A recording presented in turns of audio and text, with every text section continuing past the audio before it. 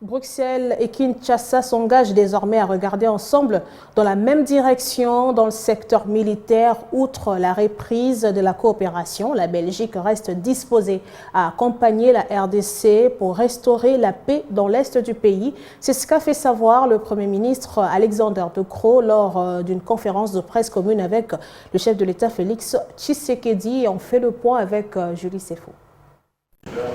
Devant la presse, détendu et confiant, Félix Tshisekedi et Alexander De Croo sont venus faire la restitution du tête-à-tête entre le président congolais et le roi des Belges.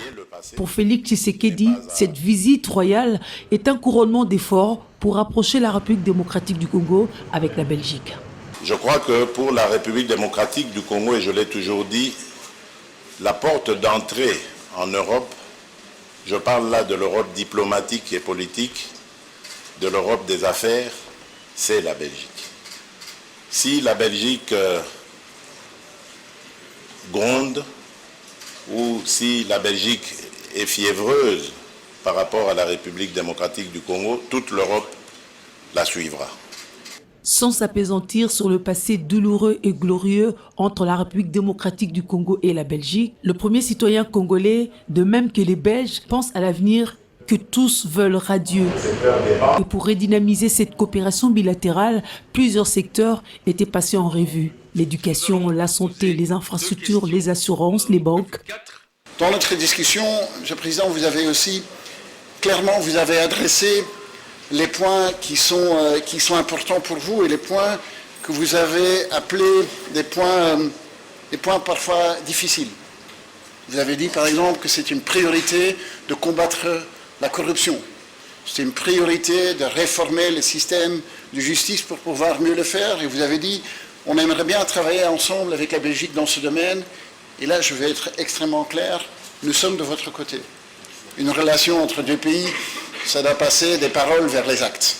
La question de la sécurité s'était imposée comme prioritaire. Il n'y a pas de développement sans sécurité. Il n'y a pas de stabilité sans paix.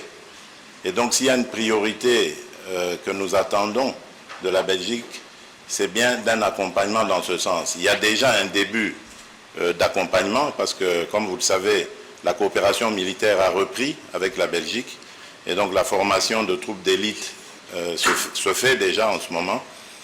Mais évidemment, c'est à la Belgique de voir qu'est-ce qu'elle peut apporter de plus. Parce que notre ambition est de monter en puissance au niveau de nos forces de défense et de sécurité. La RDC a le droit de faire respecter l'intégrité de son territoire, a martelé le Premier ministre belge.